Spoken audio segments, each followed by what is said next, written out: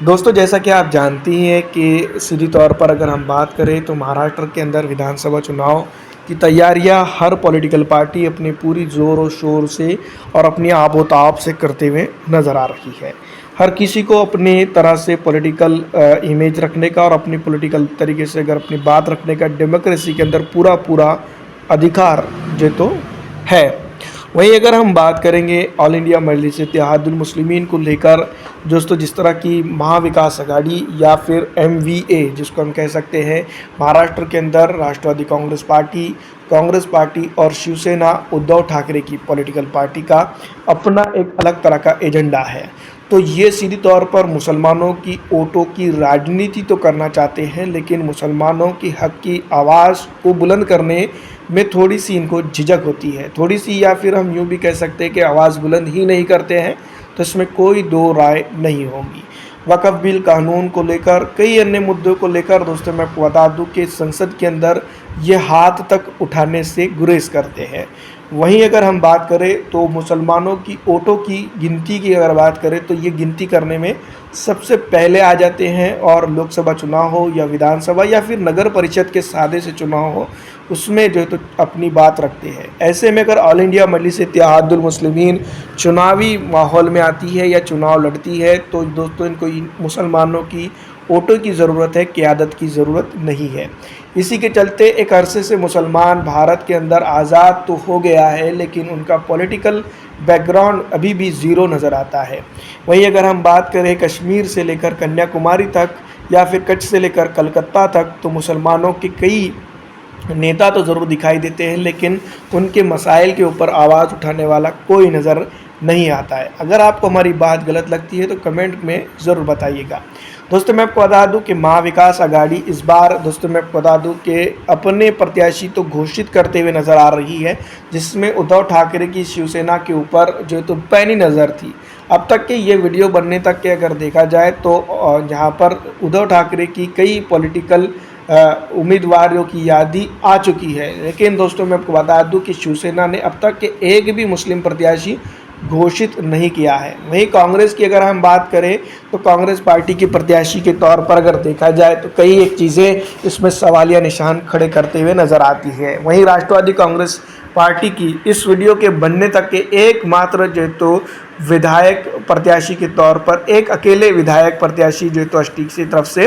दिखाई दी है। दूसरी तरफ अगर हम दोस्तों बात करें तो राष्ट्रवादी कांग्रेस पार्टी का भी यही रवैया है, दोगला रवैया और दोगली राजनीति के तौर पर अगर देखा जाए तो इसके ऊपर बात की जा सकती है। अगर एमआईएम इसके ऊपर बात करें गठबंधन को साथ में लेने की, या फिर दोस्तों मैं आपको बता दूं कि अपने हक और आवाज़ की अगर बात करती है तो ऑल इंडिया मजलिस इत्तेहादुल मुस्लिमीन और इस जैसे नेता जो तो देशद्रोही, बी टीम या फिर अन्य कई ऐसी चीज़ें जो तो उनके ऊपर निकलते हुए नज़र आ जाते हैं। मैं आपको बता दूं कि ऐसी ही महाविकास अघाड़ी की अगर हम बात करें तो एक वक्त में अगर हम बात करें 2019 और 2014 विधानसभा चुनावों की, तो बीजेपी की बी टीम के तौर पर जो है तो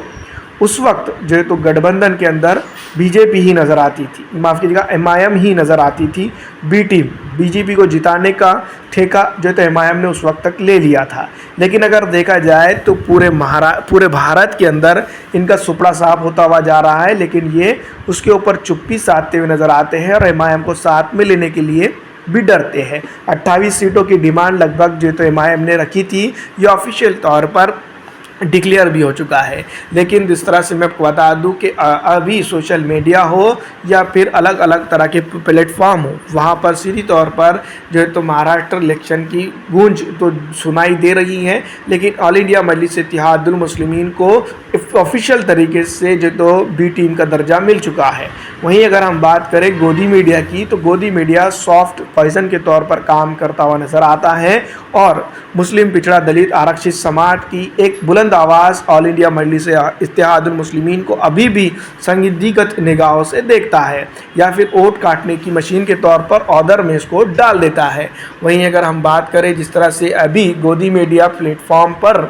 देखा जाए तो थंबनेल जिस तरह से हम बात करेंगे तो वो खेल बिगाड़ने वाला, जो है तो भड़काऊ भाईजान और ऐसे कई अन्य नामों से जो है तो असदुद्दीन ओवैसी साहब और उनकी टीम फेमस है। वहीं तेल निर्माण करना और जो है तो समाज में द्वेष फैलाने के कई संगीन आरोप भी जो है तो इनके ऊपर लगते हुए नजर आते हैं। 2024 लोकसभा और 2024 विधानसभा चुनावों के अंदर अगर देखा जाए तो ऑल इंडिया मजलिस इत्तेहादुल मुस्लिमीन ने काफ़ी कुछ चीज़ें की है और काफ़ी कुछ चीज़ें करते हुए नज़र भी आ रही है। वहीं अगर हम बात करें, अगर ऑल इंडिया मजलिस इत्तेहादुल मुस्लिमीन नांदेड़ से उपचुनाव में अपना प्रत्याशी घोषित करती है तो भारतीय जनता पार्टी के लिए प्लानिंग कर रही है या उसको जिताने के लिए बड़ी कोशिश कर रही है। वहीं भारतीय जनता पार्टी के कई अन्य नेता असदुद्दीन ओवैसी और ऑल इंडिया मजलिस इत्तेहादुल मुस्लिमीन को अभद्र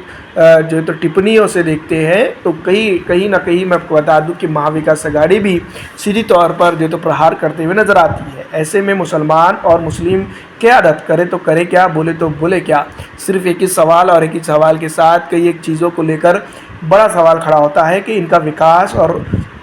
साथ में लेकर चलने की बात कौन करेगा। मैं आपको बता दूं कि सीधी तौर पर अगर देखा जाए तो मुस्लिम समाज के पीछे कुछ दिनों की अगर हम बात करें तो प्रेषित मोहम्मद सल्लल्लाहु अलैहि वसल्लम के ऊपर जिस तरह से बातें की गई और साथ ही साथ भारतीय जनता पार्टी के नेता जिन्हें जिस तरह से मुसलमानों को गली मस्जिदों के अंदर से चुन चुन कर मारने की बात की, उसके ऊपर भी जो तो यही विकास अघाड़ी जो तो खामोश रही। विकास की बात अगर करें तो मैं आपको बता दूं कि मुस्लिम माइनॉरिटी का बजट और कई अन्य चीज़ों को लेकर इनके ऊपर भी बड़े सवाल खड़े होते हैं। दोस्तों मैं आपको बता दूं कि महाराष्ट्र के अंदर 288 विधानसभा क्षेत्र आते हैं और लगभग अगर देखा जाए तो एवरेज तकरीबन 10 से 15% के करीब मुसलमानों की वोटिंग परसेंटेज हर विधानसभा क्षेत्र के ऊपर लगभग देखने को मिलता है। लेकिन इसके बावजूद इतने बड़े तबकात को पूरी तरह से निगलेक्ट कर दिया जाता है और तकरीबन अगर हम बात करें तो 50 से 55 विधायक और मुसलमानों के महाराष्ट्र के अंदर चुनकर आ सकते हैं। लेकिन महाविकास अघाड़ी की साठगांठ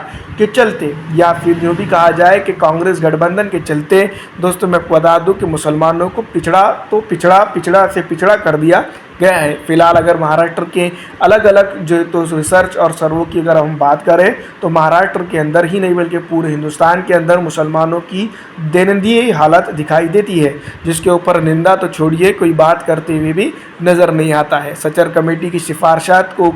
एक पूरे डब्बे में डालकर जो है तो यहाँ पर रख दिया गया है। आरक्षण के मामलों को लेकर जिस तरह से बात की जाए तो नाम तक नहीं लिया जाता है। कई अन्य चीज़ों को लेकर जो है तो मैं आपको बता दूं कि कोर्ट में भी आरक्षण का मुद्दा मुसलमानों का ठहरा था, लेकिन उसके ऊपर अभी तक के कई एक जगहों पर जो तो बात तो छोड़िए उसके ऊपर स्टेटमेंट भी देना महाविकास अघाड़ी के नेताओं ने या फिर इंडिया गठबंधन के कांग्रेस गठबंधन के नेताओं ने देना उचित नहीं समझा है। फिलहाल दोस्तों अगर ऐसे हालात में ऑल इंडिया मजलिस इत्तेहादुल मुस्लिमीन आकर उन लोगों की बात करती है या फिर ऐसी कई पॉलिटिकल पार्टियां बात करती है तो उनको संदिग्ध तौर पर या फिर दोस्तों सीधी तौर पर भारतीय जनता पार्टी की बी टीम का दर्जा मिल जाता है। फिलहाल इस वीडियो में इतना ही। अगर अच्छी लगती है तो इसको लाइक और ज़्यादा से ज़्यादा शेयर कर दीजिएगा।